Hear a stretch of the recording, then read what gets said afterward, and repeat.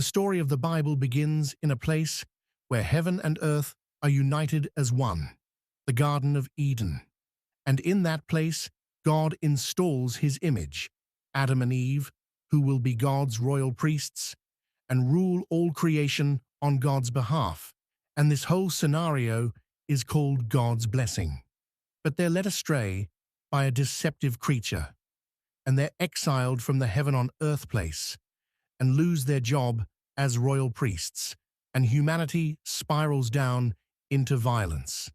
But God promises that a future descendant will come and defeat that deceiver by striking his head while also giving up his life so that all the world can experience the blessing of Eden again.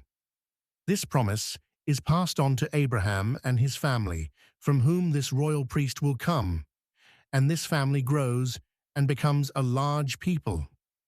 And so God invites all of Abraham's family to become a kingdom of priests.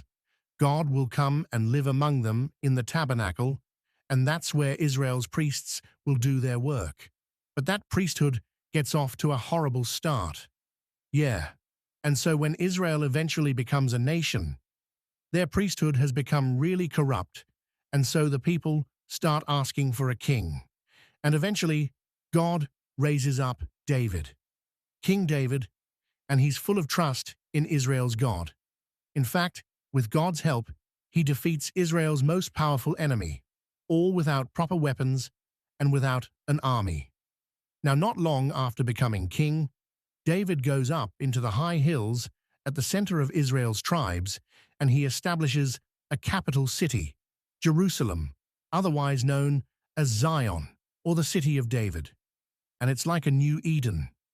This is the same hilltop Abraham visited. It's where he met Melchizedek, and it's where God provided a substitute sacrifice for Abraham's failures. Exactly. And so David brings the tabernacle up into the city so he can make this the place of God's royal presence.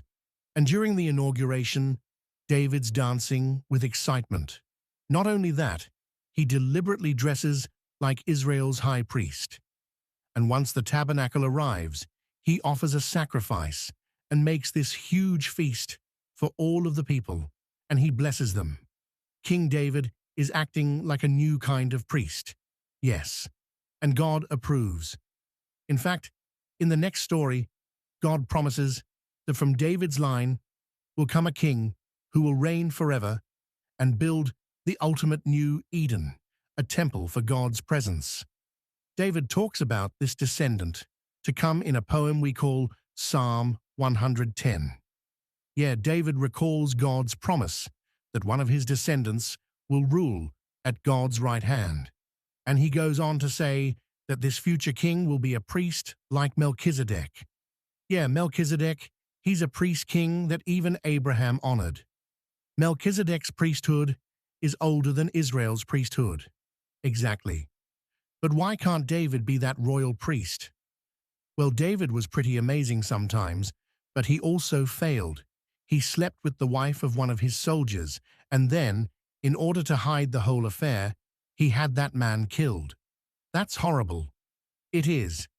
And his failures actually continued, leading up to this key moment where Israel's enemies were threatening to attack. And sadly, David doesn't trust God to deliver him like he did in his early days, right? He counts all of his soldiers. He's trusting his own power instead of trusting God. And so God's not happy. He brings severe consequences on Israel.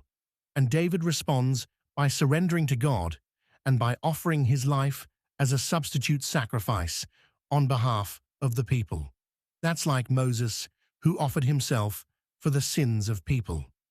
And it's like Isaac, who was offered up for Abraham's sins, but then God provided a substitute.